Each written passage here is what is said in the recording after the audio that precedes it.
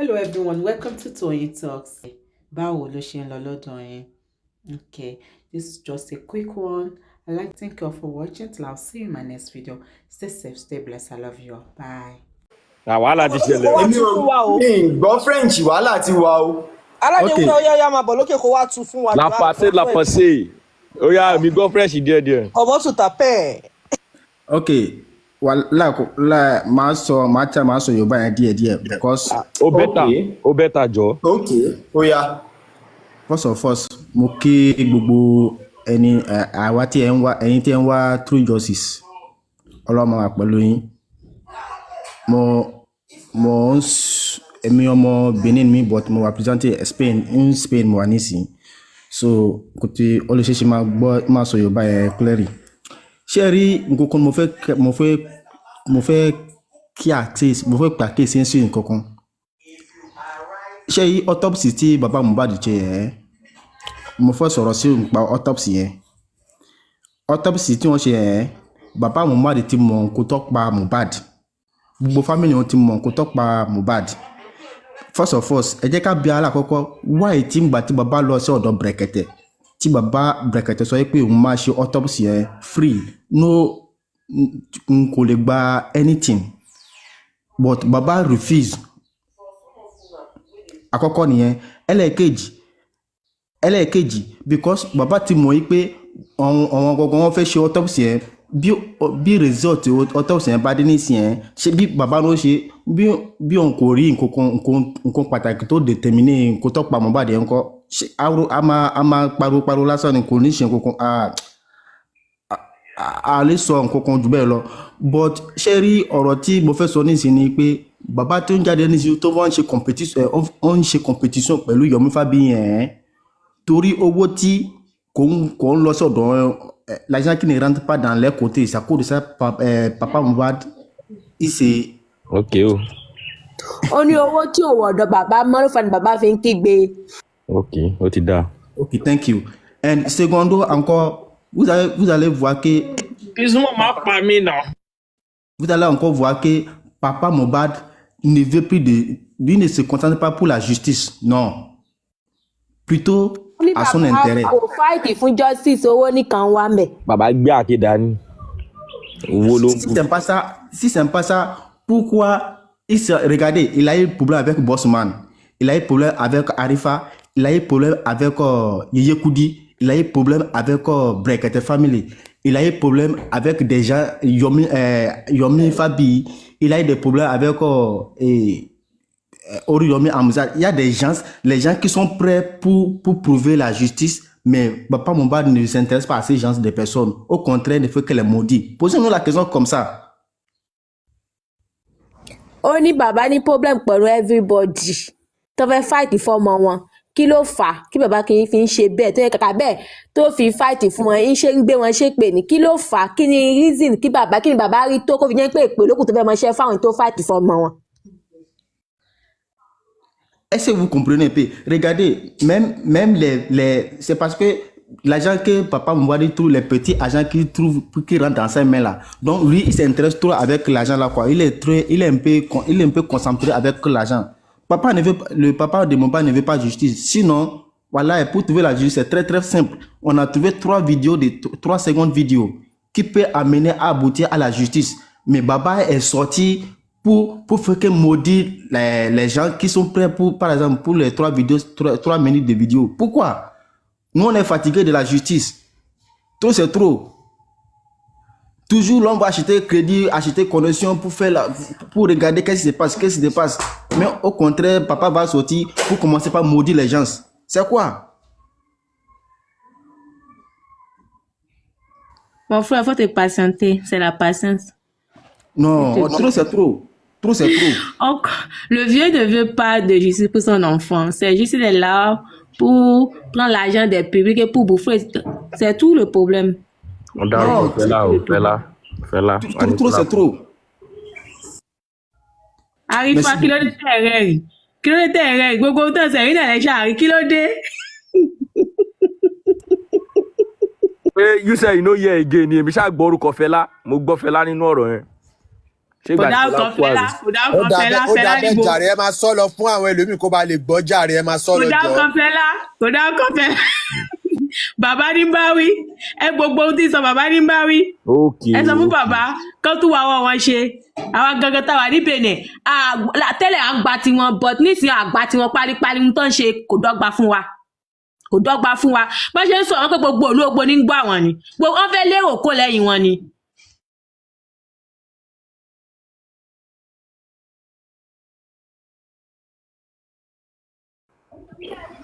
You see, it is somehow funny when people are given chance to.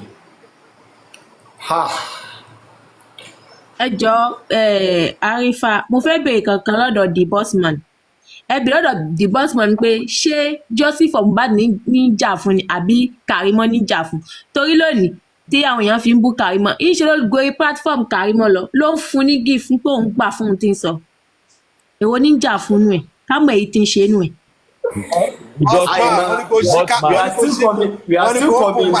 Bossman, ilé wo ni wọ́n ìjà fún?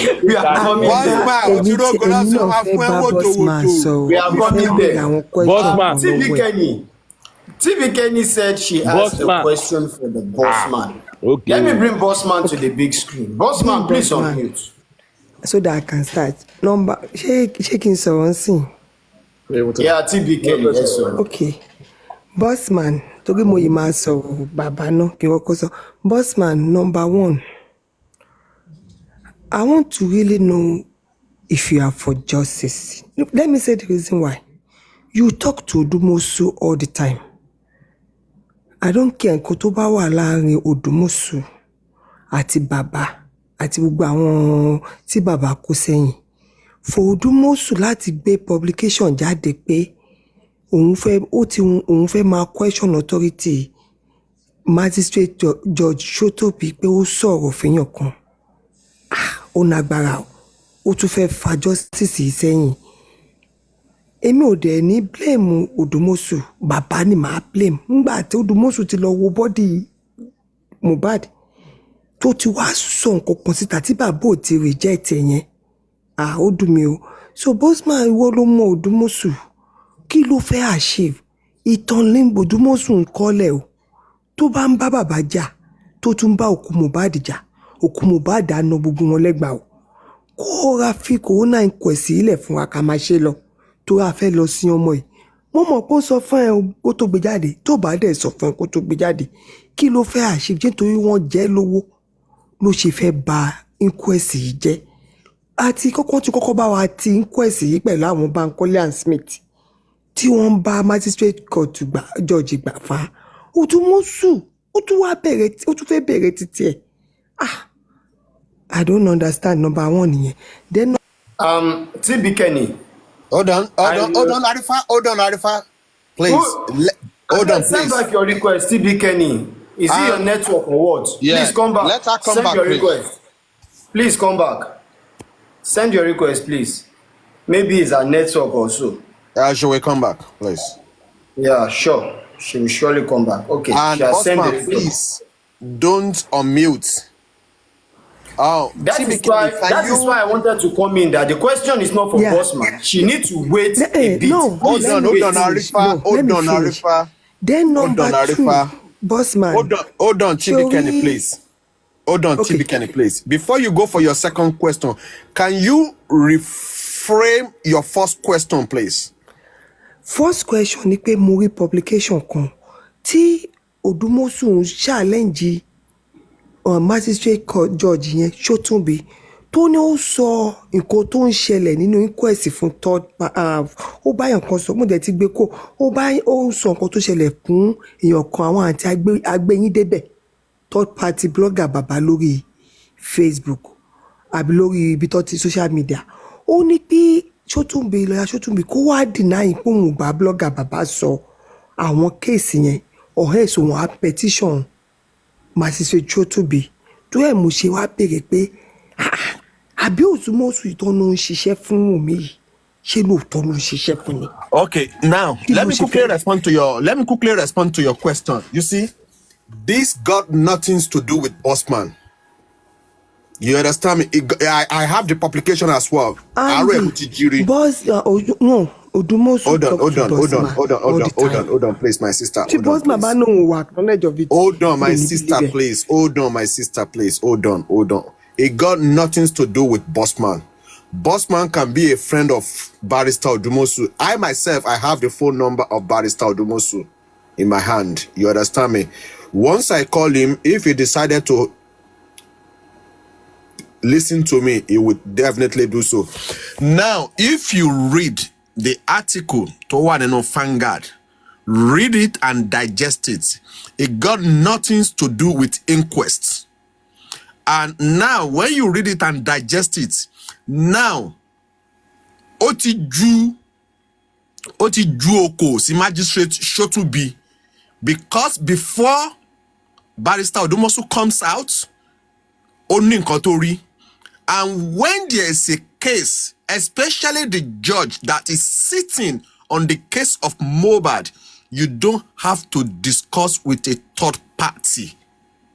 You understand me? And don't forget the way they slam the name of this Barrister Odumosu along with his chambers. My dear sister, nobody just want to sit down tune your heart. And this man got nothing to do with Joseph Aloba.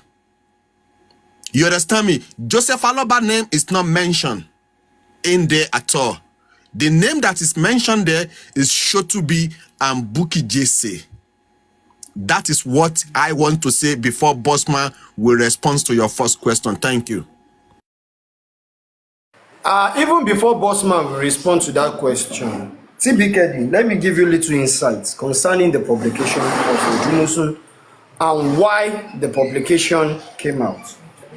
The publication is not for Corona Inquest, just like what Andy said, and it has nothing to do with Corona Inquest. It's because of his own image. According to the blogger, which I have the proof here. Arifa, if he decide to petition that,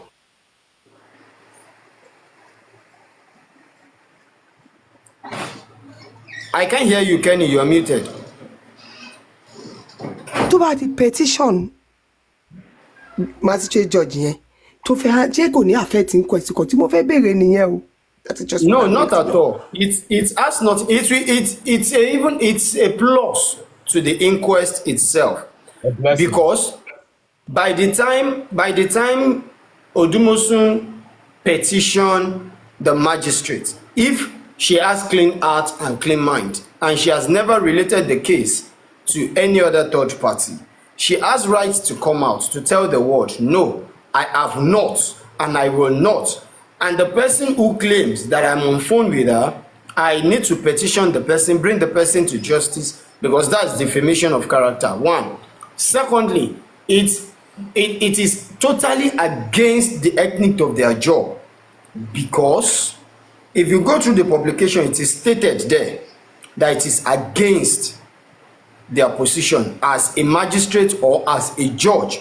You're relating the case in your hand to a third party, which is not right at all. And according to the blogger, what she said was, the magistrate said, and I quote, that the magistrate said, this is not allegedly, this is what the blogger said. She said the magistrate uttered that. Can you let them hear from the horse's mouth, Arifa? All right, let's do it this way. And do àti lórí burúkú tó dàbí short put yẹn tẹ́pẹ́ tó sàyìn ni wọ́n tó mọ̀ pé iná láìkí obìnrin báyìí kó mọ̀ yín dáadáa ẹni náà wọ́n ẹ ti tóòsì ẹ̀ ṣé ẹ tóòsì wọn lẹ ṣe ń gbọ́rọ̀ wọn ni ṣé ẹ tóòsì wọn lẹ ṣe ń gbọ́rọ̀ wọn because mo mọ nǹkan tó dé tẹkọ̀ ṣe lọ gba Odumosu for what ẹ jẹ́ ká máa ṣe lọ. Mo dẹ̀ ń bá wọn sọ̀rọ̀ lórí Odumosu lójoojúmọ́. Wọ́n ní kí n má worry. I don't want to fast forward it because I don't know that particular part. Ọba testing. But it is this particular video. Àǹtí wa ń béèrè lọ́wọ́ George wọ́n bá yàn kan sọ̀rọ̀ àǹtí náà connect mọ́ call yẹn. Aha. Ṣé ń gbọ́ mi? wọ́n sọ fún jọ́ọ̀jì wọ́n sọ fún wọn pé ọ̀n kíra wọn wọ́n sọ pé ẹ kú iṣẹ́ màkìlì kọ̀kìlì kan mọ́mì inquest yìí ìgbà wọn la máa lọ sí high court ó wá sọ pé tí ò bá ṣe ọmọ tó dákú lè ní nǹkan àwọn ò bá ráǹdùn inquest up ní dọ́tí spending dákú yẹn ìpéjọ yìí làwọn fẹ́ ráǹdẹ̀ up káwọn dẹ̀ sẹ́ndẹ̀ sí higher court ṣe ń gbọ́ mi mo ti ń débi ọ̀rọ̀ ń sìn àti bá ní ilẹ̀ náà gbé wá sí inquest ṣé bó ṣe máa ṣe nìyẹn ni jọ́ọ̀jì yẹn sọ pé kò ṣe bó ṣe ń ṣe nìyẹn nǹkan tẹ́ bá present lọ́ máa investigate láti yẹn bá dáhùn pé tó involve nínú ikú Mohbad yìí ẹ máa gbọ́ lọ́ọ̀yà bàbá driver tó wa mọ́tò Sam Larry wọ́n ṣàdárúkọ gbogbo wọn ṣé ń gbọ́ mi lọ́ọ̀yà yẹn ní application yẹn ò sí nínú application tí lọ́ọ̀yà bàbá submit o which is Odumosu ó léèyàn mẹ́rin àbí márùn-ún ni Odumosu submit fine boy spending kẹmọ epo lórí Odumosu ti gbàbọdè fún àti pẹ́ olóńmọ àwọn witness kọ̀wọ́ pé kọ́ pé wọ́n wá sí inquest ó kọ́ búkọ àwọn suspect Wùnmí nìkan ló wà mẹ́ tó jẹ́ suspect ẹ wà àwọn tó Odumosu kan tó ní kan interview Àṣànà Àdúrà spending bàbá gan tó sọ̀rọ̀ kò jẹ́ kí bàbá sọ̀rọ̀ because bàbá is a witness èèyàn mẹ́rin tí Odumosu kọ sínú lẹ́tà nìyẹn àti ẹ wá bí jọ́ọ̀jì pé kí ni ká ṣe ń sìn máa because àwọn tó witness ikú ọmọ ìgangan àwọn tó jọ wà nínú mọ́tò àwọn tó wà nínú ilé wọn ò tí ì gbé wọn wá sí court ẹni ohun tí ẹ̀rọ bóun fẹ́ pẹ́ lórí kinní yìí o olóhùn ẹ̀rọ bóun fẹ́ pẹ́ o bóun ti fẹ́ submit ẹ̀ káwọn move on even nurse sínú bikini yẹn bọ̀dá mi wá sọ fún mi pé he is capable láti máa lábọ̀ àbí. bí ṣe gbọ́ yẹn báyìí bọ̀dá mi wá mọ̀ kọ́ pé bọ̀dá mi wá ní kọ́kọ́ pé bọ̀dá mi wá ẹbí wọ́n ní mi ní forgive yín tí nǹkan kan bá ṣe justice for Mohbad wọ́n ní kí ló ṣẹlẹ̀ mo ní báyìí ló ṣẹlẹ̀. wọ́n lè dé Odumosu wọ́n jọ ìní wèrè sórí call tẹ́lá bó ṣe ń sọ̀rọ̀ ọ̀rọ̀ ẹ̀gán wà wọ́tírì mi ìdẹ̀mọ́ ẹ̀ka gbé wọn wá òkè nípa àwọn ní Nàìjíríà kìíní kan make application ó ṣàdákẹ́ mo wá àwọn méjèèjì mo ń wọ̀ lẹ́tẹ̀ láàfà ọ̀lẹ́ tó pẹ́ ọ̀lẹ́tẹ̀ láàfà àwọn Mùnírù àtàǹbàlì mo ń wọ̀ àwọn méjèèjì lórí fóònù dẹ́rẹ́ wà láìtàláì àwọn tó ń sọ̀rọ̀ tí mo jà lẹ́yìn nìyẹn bọ́ mo lè já síta because mi ìfẹ́ kan tó máa ní àgbéjẹ tó ti bẹ̀rẹ̀ mo wá ń wo Mùnírù àtàǹbàlì mo ń wò wọ́n lórí fóònù bá so Sister Bukky ṣé George ló sọ bẹ́ẹ̀ mo ní president ni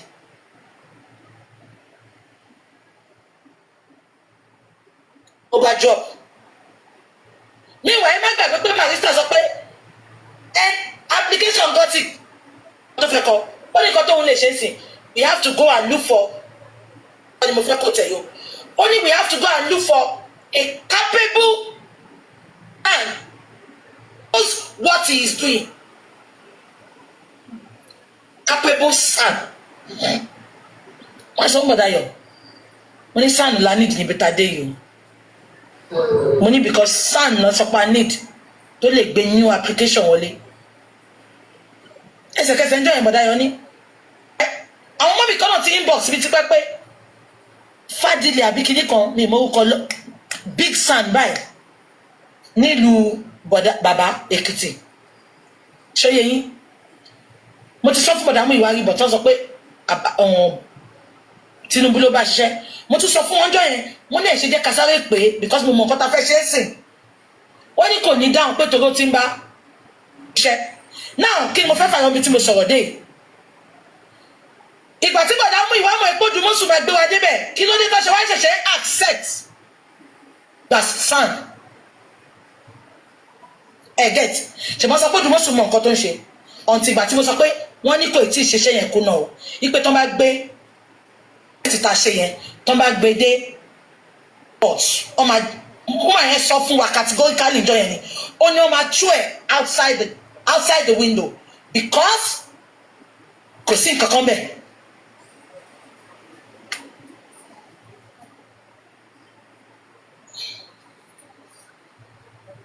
ṣé kò sí kò sọ yín ó ní because nǹkan kan bẹ́ẹ̀. Now, I want you to get it right now, TB Kenny. For her to, come out with this kind of narrative, which means she has been in contact with the lawyer, the magistrate. I'm talking about Shotobi. And she said now that Shotobi categorically told them that they need a SAN. To bring in any other formal application, they need a SAN. Shotobi disclosed to them, according to Bukky Jesse, now that everything that has been submitted earlier by Odumosun is nonsense, is not useful. You understand? That is not useful, it's useless. And regards to that, I think as a lawyer is trying to protect his own image as well. How could a judge utter such statements about me?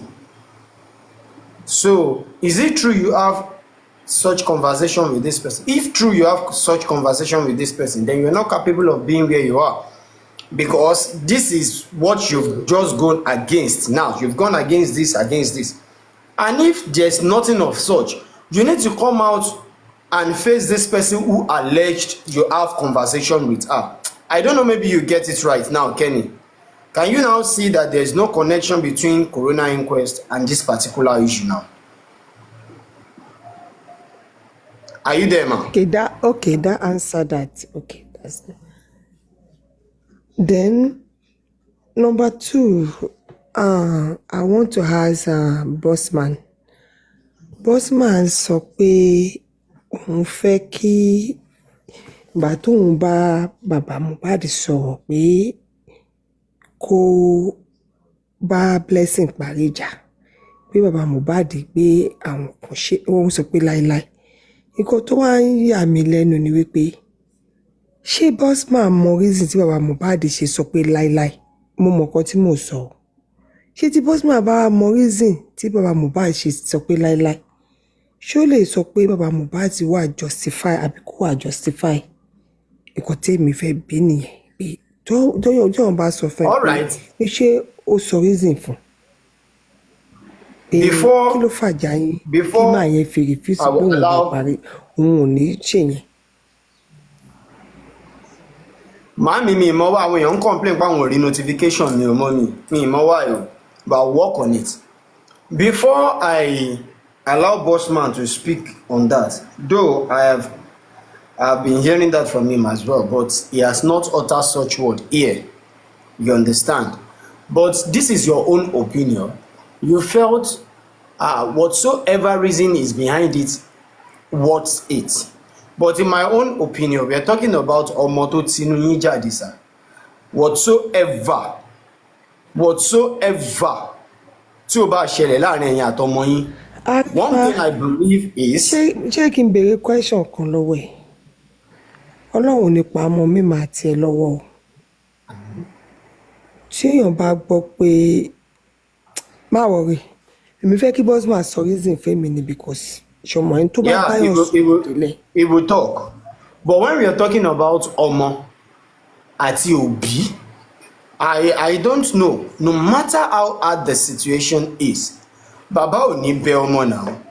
ọmọ ló máa bẹ bàbá ẹ̀. At the end of the day, Blessing will kneel down before her dad and apologize, no matter what the situation is. The worst thing tó lè ṣẹlẹ̀ láàrin wọn ni pé ó mọ̀ sí kú ẹ̀ àbúrò ẹ̀ or ó parọ́ mọ́ mi. I'm not now coming into it like this is what happened. No, I'm only trying to pinpoint some hard issue that might come up between Baba and Pikin wey fit make Baba feel that way. But the worst, when the worst come to worst, we are talking about ọmọ tán bí nínú ara wọn. A ní gbàdúrà kí kankan nu ọmọ wọn fi wọ́n lẹ̀ sáyé lọ. We pray ọmọ ló máa gbẹ̀yìn wọn. She understand? No matter what the situation is, Baba has right, every reason láti settle pẹ̀lú àwọn ọmọ tán bá bí. Every reason on earth láti settle pẹ̀lú àwọn ọmọ tán bá bí. And remember, Blessing is the first. The first. Blessing is the first tí bàbá kọ́kọ́ bí. Baba has every reason, whatsoever the case may be, Baba has every reason to settle with Blessing. Kò sí nǹkan náà tó lè ṣẹlẹ̀ nílé ayé yìí. Ọ̀rọ̀ ọmọ àti bàbá ẹ̀ là ń sọ. Who knows bóyá bàbá àti Mo gan ní misunderstanding kó tó kú. But he stood in a position of ọmọ mi ni. When we are talking about Adra on QH radio, Baba took the position of ọmọ mi ni, èmi ni mo bí. Baba said, and I quote, kò sí abiyamọ tó máa ti ọmọ ẹ̀ sí free tó máa ní kí ọmọlanke tàbí tipa kó bóun tẹ̀lé, which is the right statement. So I don't want to believe there's any serious reason if truly such thing happen. I don't want to believe there's any serious reason behind it for Baba not to settle with his kids. You understand? This is my own opinion anyway. Bossman, do you have any say to that word? To that particular question? Yeah, I do have a say to it. Although I've already said it on 2 platforms yesterday. All right, I don't know why TB Kenny want to just people just trying to poke into my mouth, or they just want me to speak more. But I've said that but the reality of Baba Mohbad will show face by himself. You don't need to hear anything from Bossman. Because if you come to talk about Baba, you think like you are casting Baba. The real reality of Baba will show for himself. I don't have to. That's why I keep telling people that, why are you poking me to talk? But if I talk, you will say Bossman is lying to you guys. But now, let me go there somewhere. We'll be in justice for Mohbad. Bossman, it's not like I say you are lying. No, I'm not talking about you. I'm talking in general. You have somebody to say to fight. I wasn't talking directly to you, TB Okay. TB Kenny, I was talking generally, not directly to you. So now, we all gathered here because of a 26-year-old boy, Ileri Oluwa. And we all been gathering. Some people spend day and night, overnight, couldn't sleep. I can count how many times that I could not even sleep, eat. You can ask some of my team that I was so lean like this. And every one of us also go through the same period. Some people lost their jobs. Some people got sick. All in this justice for Mohbad. Every one of us what I want to do with that, despite the fact that we have different platforms, either our opinion varies or different from each other or another, but our goal is justice for Mohbad. And we all been working for justice for Mohbad. Now, if you ask me, Bossman, are you angry with Baba Mohbad? No, I have no issue with Baba Mohbad. But now, and I don't want you guys to get me wrong, but let me just explain some things to you. Maybe you guys will understand. I will give you a little bit of clue and the background to what actually transpired. After we organized the protest in Pennsylvania, I'm always been a supporter of Baba Mohbad right from the get-go. The time Arifa, you know those days, Baba Mohbad Sapamo, during back in the days. So I've been supporting Baba. I have debunked and debunked all his mistakes. I used to be the mouthpiece of Miwa, like always debunking them, all because of the love of Baba Mohbad. Now, either Baba Mohbad did something good or bad, but later I was like, this man that is continuously doing something bad, and I keep telling them behind the closed door, because I don't want to come out there to be correcting you in the public, that the bloggers will now hold on to you and that will use it to be bashing you.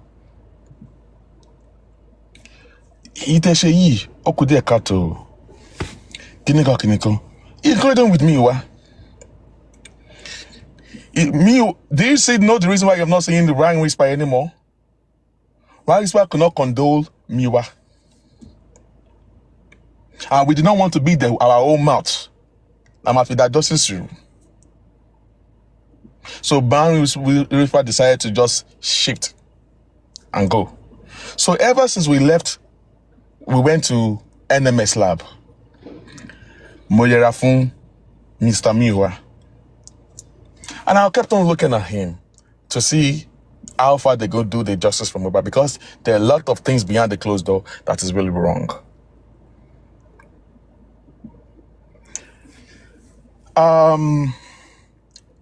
Until around October, was it October or August, that J Blinks, which we popularly know, you people know as a reality TV show, decided that, Bossman, you and Miwa, I said, I just don't want to deal with Miwa. Let them do their thing. I will just do my own thing separately. So I've not been dealing with them ever since we came back from the Bossman. Quietly. Yes. The Bossman. I will not want you to go into the details of this. Now, issue. I want people to see, it is time that all these things that Baba Mohbad did, I want to go back to the history so people will understand. I'll just give them a little bit of what actually happened. I will talk about the blessing parts. I will talk about, and she also asked about maybe me and Baba had issues. I want to talk about what made Baba to have issue with Bossman.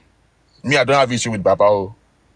I guess the time that Baba people, maybe I've been talking about it, maybe some people do not know, they've not heard about it. So you come and hear me if Bossman was right or wrong. Because Baba does not want to be corrected. And the politics that's been played behind the scene that people do not know about. And I keep saying it. Miwa, Mr. Miwa, or Uncle Miwa, he cannot sit down in the box here and be telling me that I'm lying. But there is something, Arifa, as a Babalawo that you are, did the state, the state in justice for Mohbad, that we will know those that are actually seeking for justice for Mohbad. That Amagbe Jesus Sibi Konbai, Amagbe Anobi Sibi Kon. Amalogbe awon Obatala, everybody to in the front row, go about your Obatala, go out from our swear in this justice for Mohbad. Because people have suffered. And when they bring that Obatala, let me, Bossman, be the first to swear. I will swear in the public here. I will forget I'm a Christian, but I will do that. I'm ready to do it. Because it's the time. But I have the reason why I said that as called Romeo Tito, because something, okay, let me just hold on there. Now, let me continue to go with my story. So, the issue of myself and Miwa settled. Mr. Miwa, I just decided to just yera from Mr. Miwa because of his styles of dealing with justice for Mohbad. I do not agree with it. We said we're supposed to do press conference during the days when they wrote petition on all the hosts, against all the hosts. Since 2023, Mr. Miwa refused us to do press conference. Now, Mohbad Wafa, January 2024, February, March, April, May, until the day, in fact, the protest that Ayamika went to go and do in Abuja. So I don't like to go to Baba Mohbad for a reason, because I don't want to be like his Bossman that is poking, that is controlling Baba Mohbad. I don't want that part. So I always go through Mr. Miwa. because I don't want to be on the phone alone with Baba Mohbad. And I have my reason for that. The protest that Ayamika went to go and do, I went to Baba, I got 3 permission from him. I got the protest in Abuja, I got protest in Pennsylvania, and then I also asked them, told them that there's a need for us to do a press conference. So he organized the press conference. He gave us that, okay, we should go ahead. And then we went ahead before we could go to do protests in Pennsylvania and other things that happened. Mr. Miwa always delay instant things that we're supposed to do in justice for Mohbad. And I had issue. I am so tired of him. I thought, okay, if he works with a good end, okay, because I know that he's a very slow person and all that, but his decision in justice for Mohbad is taking us backward. It's taking us backward. Look at the time we're supposed to do press conference.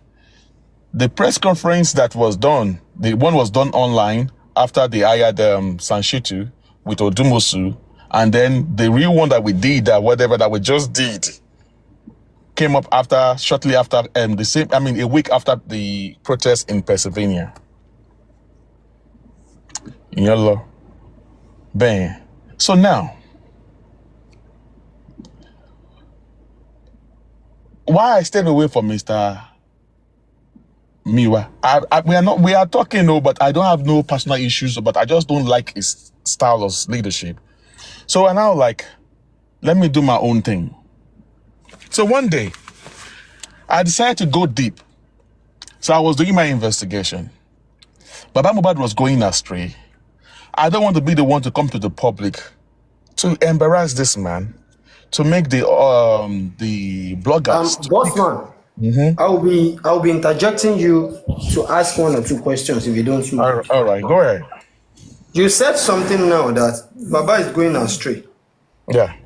In what way? He's actually going astray. Look at what he was doing. He's doing now. Look at you're talking about then. Back then, there's a lot of things that he's doing back then too. That's the question I'm putting to you. Yeah.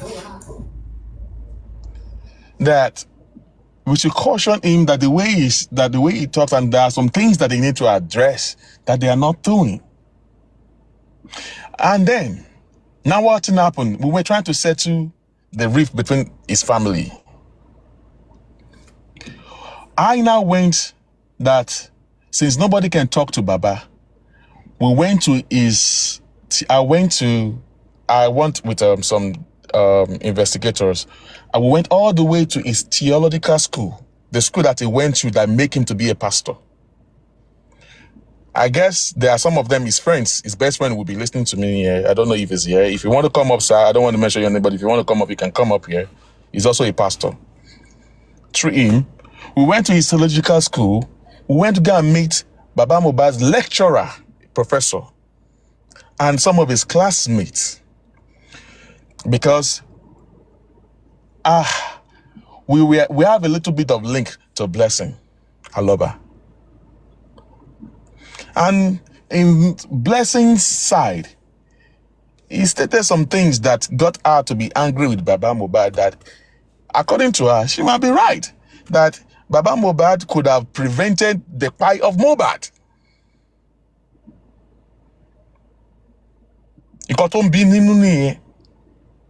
Okay, the father has all the whatever to have prevented the pie of our brother. Because he knows that Wunmi is not the right person for Mohbad, because they know that their relationship has been toxic. The whole family knows about it. Wait, Bossman, sorry. According to you now, you said what Blessing was angry about is that our father, or let me use the word, their father, has every opportunity to stop Mohbad from belonging to that lady, right? Yeah, she was angry that she was like kind of blaming the father, that the father has the opportunity or is in a good stand to have stopped Mohbad from getting married to his girlfriend. Okay. And that if he has done that, maybe Mohbad won't have. That is her own stand. That is her own I understand. I understand. My own view over that is that my question is this: did she explain to you what she think or what she felt her dad would have do just to She stop didn't talk that to me. stuff? She didn't talk to me directly. She All talked to right. one of my investigators. Continue. Because Continue. there are some things that I do that hold on. There are some things they don't want me to say something. Hold on, let me see.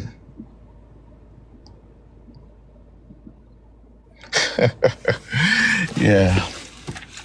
There are some things they don't want me to they're testing that I shouldn't